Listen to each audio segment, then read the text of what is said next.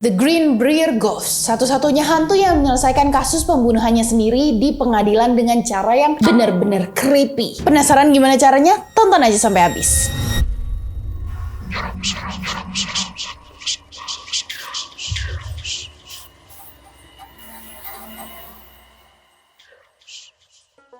Selamat datang di Nyeram Serem yang bisa bikin lo merem serem bersama gue Gina Heros atau biasa dipanggil Geros yang hobinya bacain cerita horor untuk kalian. Apa kabar semuanya? Semoga kalian sehat selalu ya. Hari ini gue bakal bawain kisah nyata yang bener-bener mind blown. Ini hantu menyelesaikan kasus pembunuhannya sendiri guys. Yaudah gak usah banyak basa-basi, lanjut ke ceritanya.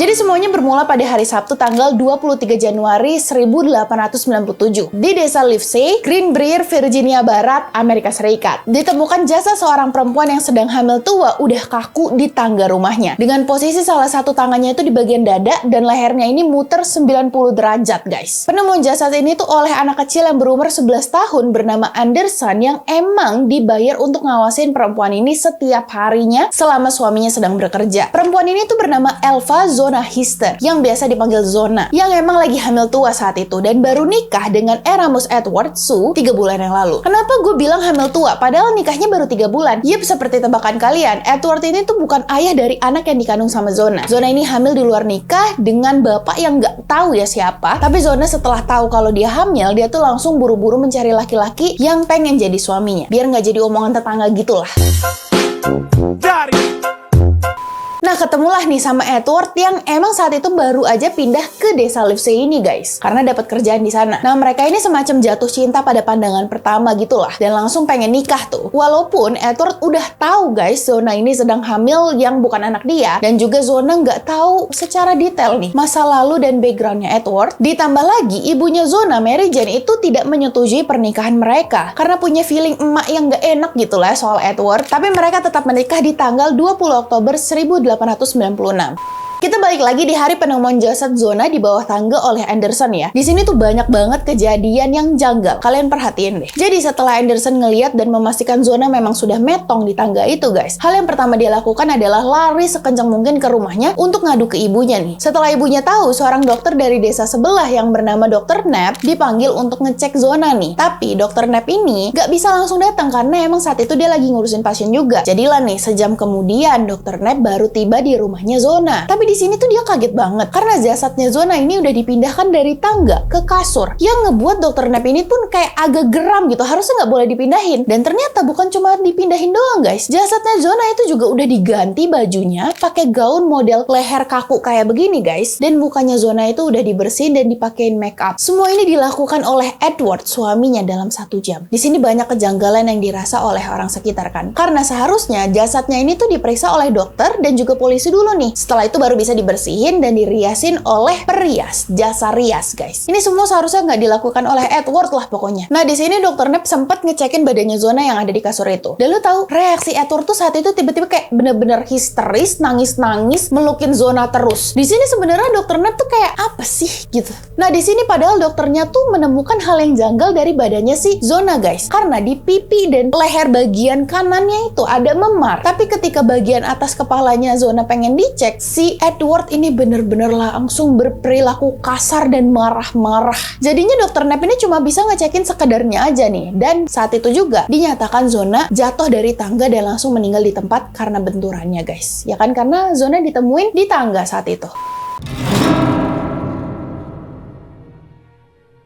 Nah, keesokan harinya nih, jasadnya Zona disemayamkan di rumah ibunya, Mary Jane. Di sini ada kejanggalan lagi, guys. Di mana jasadnya Zona ini dipakein shawl yang gede banget di lehernya dan diberikan bantal yang cukup tinggi dan kaku, seolah-olah kayak menjangga. Apa? Menjanggal. Ya pokoknya buat ngejaga kepalanya itu nggak gerak-gerak lah, guys. Gue lupa kalimatnya itu apa ya.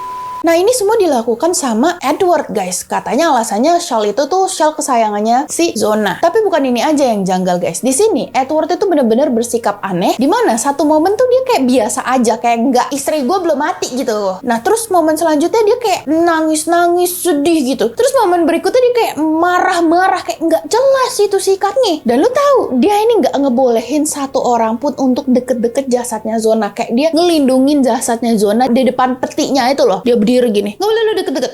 Lu lihat dari jauh aja, gitu. Nah, di akhir hari itu, jasadnya Zona pun akhirnya dimakamkan di Soul Chapel. Nah, tapi sebelum masuk ke liang lahat, Mary Jane di sini tuh sempat ngambil secarik kain putih dari petinya Zona tuh ya. Semacam kayak pengen punya kenang-kenangan terakhir gitulah dari anaknya. Dan akhirnya, Zona dimakamkan. Beberapa hari setelah pemakaman nih, Mary Jane ngerasa kayak kok dia semakin sedih ya megang secarik kain itu. Dia pun akhirnya berniat untuk balikin kainnya ke Edward nih. Tapi sesampainya di rumah Edward, dia malah marah-marah gak mau nerima kain itu dan langsung ngusir Mary Jane untuk pulang. Nah, di sini kejanggalan mistis pertama dimulai, guys. Mary Jane nih saat itu yang kecewa bawa pulang kain itu lagi, dia berinisiatif untuk nyuci kainnya, guys, supaya kayak ya udahlah, kayaknya kalau dicuci bisa aja kenangannya hilang gitu ya kan. Dicuci lah nih, direndam nih di bak. Lu tahu, airnya dan kainnya itu berubah jadi warna merah muda, layaknya darah dicampur ke air gitu loh, guys. Nah, di sini Mary Jane kayak enggak. Ini aneh. Kenapa bisa berubah? Padahal kagak ada kelunturan atau apapun, nggak ada. Nah, dari sinilah nih Mary Jane ngerasa kalau ada sebuah petanda. Kayaknya kematian anak gua itu bener nih, feeling gua nggak kayak cuman kematian kecelakaan biasa gitu. Mulai dari sini nih, Mary Jane berdoa selama berminggu-minggu berminta titik terang nih dari perasaan gundahnya. Nah, sebenarnya pas minggu-minggu awal Mary Jane fokus berdoa, dia tuh terlihat aneh oleh tetangganya. Gimana keanehan pertama, Mary Jane ini nggak pernah ngebukain pintunya buat orang-orang yang pengen jengukin dia. Jadi dia kayak mengurung diri. Terus juga yang kedua, Mary Jane juga kayak nyalain lilin di kamarnya banget gitu, yang kayak banyak banget gitu. Padahal biasanya kalau malam-malam lilin tuh dimatiin di sana, guys. Ini tuh diduga kayak seakan-akan Mary Jane emang lagi berdoa gitu, guys. Tapi emang bener ya. Dan keanehan ketiga nih, sekalinya Mary Jane itu keluar dari rumah, dia tuh selalu bertindak kayak was-was, ngelirik sana sini, terus juga kayak menggumamkan sesuatu gitu kayak gitu, guys. Nah, akhirnya setelah berminggu-minggu nih, akhirnya keajaiban pun datang, guys. Berminggu-minggu Mary Jane berdoa, hantu Zona pun datang. Suatu malam, Mary Jane sedang menyalakan lilin untuk penerangannya dan bersiap untuk berdoa nih kan. Nah, di sini dia ngelihat hantu Zona muncul, guys, di depan dia. Nggak cuma sekali dia muncul, guys. Ini udah 4 kali berturut-turut, guys. Entah 4 hari berturut-turut atau dalam 1 hari 4 kali ya. Gua nggak bisa nemuin detailnya itu. Tapi pokoknya 4 kali itu hantunya Zona muncul di depan Mary Jane. Nah, di sini hantu Zona itu nggak cuma muncul doang untuk nakut-nakutin emaknya, bukan. Tapi dia ini cerita kalau dia bukan mati kecelakaan, tapi mati dibunuh oleh suaminya sendiri. Ceritanya begini, di hari Jumat tanggal 23 Januari 1897, sehari sebelum Zona ditemukan meninggal, Edward pulang kerja dan menemukan Zona hanya memasak roti, pie apel, selai, dan juga sup nih. Di sini tuh Edward marah karena Zona nggak masak daging, sedangkan dia kayak ngidam daging gitu ya kan. Nah, di sini terjadi cekcok sampai badannya Zona itu didorong ke dinding, terus dicekek, lalu diputar 360 derajat itu leher Zona, sampai metong lah seketika si Zona. Bayangin ya, cuman karena nggak masak daging lah. Harusnya lu laki-laki, lu kerja. Kenapa ini laki-laki ya? Kalau lu pengen daging, beli sana pakai GoFood. Ayam geprek 1, buruan gua lapar. Nah, ini bukan kali pertamanya Edward segila ini, guys. Sebenarnya setiap hari Edward itu KDRT ke Zona. Tapi di depan orang-orang dia tuh kayak acting jadi suami idaman gitu, pengen terlihat baik. Lebih gilanya lagi, hantunya Zona ini mempraktekkan gimana caranya dia metong, guys, di depan ibunya nih ya. Yaitu dengan cara memutarkan kepalanya sendiri 360 derajat. Gila, creepy kan? Gue kalau jadi ibunya kabur sih ya. Mohon maaf.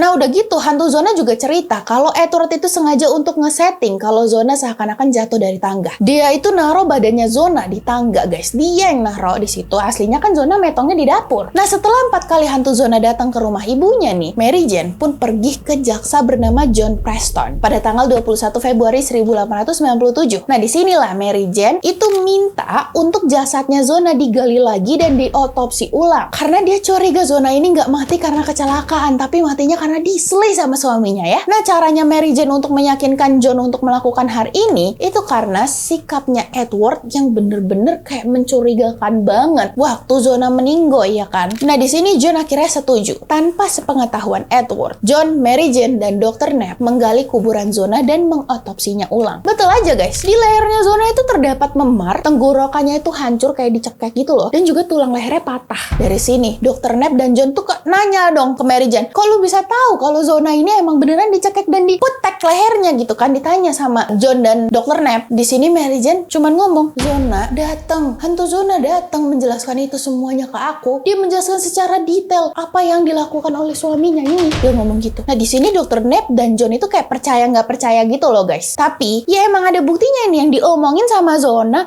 yang diomongin sama Mary Jane itu bener. Zona emang metongnya dicekek gitu dan dipetek gitu lehernya. Nah, di sini akhirnya Edward pun dilaporkan ke polisi guys. Edward ditangkap dan dia berkali-kali ngomong, kamu nggak bakal bisa membuktikannya. Berkali-kali dia ngomong kayak gitu, kayak angkuh banget gitu ya. Tapi ini malah jadi bumerang ke Edward guys, karena kasus ini satu-satunya kasus yang diselesaikan oleh hantu di pengadilan guys. Jadi kesaksian hantu Zona nih dipakai nih dan valid. Hakim, jaksa pun percaya karena kesaksiannya Mary Jane yang ketemu sama hantunya Zona itu selaras sama luka-luka yang di badannya Zona. Dan lu tahu pas di pengadilannya pun masa lalunya Edward terkuak. Dia ini pernah nikah 2 kali sebelum sama Zona ya kan. Zona ini istri ketiga. Dimana dari pernikahan pertamanya istrinya tuh minta cerai karena Edward KDRT mulu ya kan, kasar. Dan kesaksian istrinya pas waktu di sidang itu, dia pun bilang dia ngerasa lega gitu bisa cerai sama Edward karena dulu dia ngerasa kayak bisa aja dia metong gitu di tangannya Edward. Gila kan ya? Ini saksi yang sangat bagus ini untuk menjatuhkan Edward. Dan istri keduanya Edward itu gilanya meninggal secara misterius akibat kejatuhan batu bata pas lagi renov rumah. Apa coba? Nggak mungkin banget ini. Ya bisa kalian simpulkan kalau istri keduanya juga dislay sama Edward dengan batu bata ke kepala gitu guys. Nah, bukti-bukti dan kesaksiannya istrinya Edward yang pertama dan juga hantu Zona yang diberikan oleh Mary Jane ngebuat Edward bisa dihukum penjara seumur hidup. Tapi sayangnya ya guys, orang-orang yang pantas masuk penjara ini ya, entah mengapa kayak baru sebentar gitu, belum seumur hidup udah metong duluan di penjara. Ini terjadi sama Edward. Dia baru 3 tahun di penjara. Di tanggal 13 Maret 1900 Edward meninggal nih guys karena sakit wabah flu yang waktu itu umurnya 39 tahun. Dan kasus ini jadi sejarah di Greenbrier, Amerika Serikat, di mana kasus ini adalah satu-satunya yang diselesaikan oleh hantu di pengadilan, guys. Sampai di Greenbrier, Amerika Serikat ini tuh dijadiin kayak ada monumennya. Terus juga makamnya Zona itu dijadiin situs wisata, guys. Wah, keren ya. Tapi kalau kalian inget-inget lagi nih, di Indonesia tuh sebenarnya ada juga yang kayak begini, guys. Cuman masalahnya belum diselesaikan kasusnya sampai sekarang. Lu kalau inget kasusnya Vina dan Egy, mirip guys sama ini, ya kan? Tapi bedanya Vina dan Egy itu ngerasukin temennya. Kalau yang ini kagak, dia ketemu beneran wujudnya kayak gitu.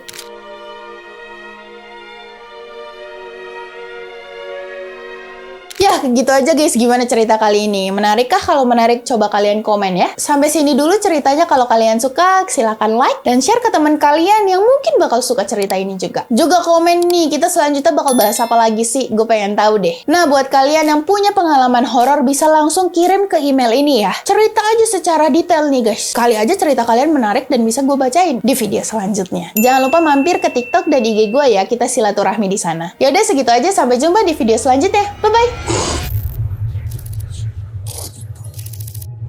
Subscribe dan nyalain notifikasi buat dapetin konten horor lainnya. Juga like and share video ini ke teman kalian yang bukan penakut.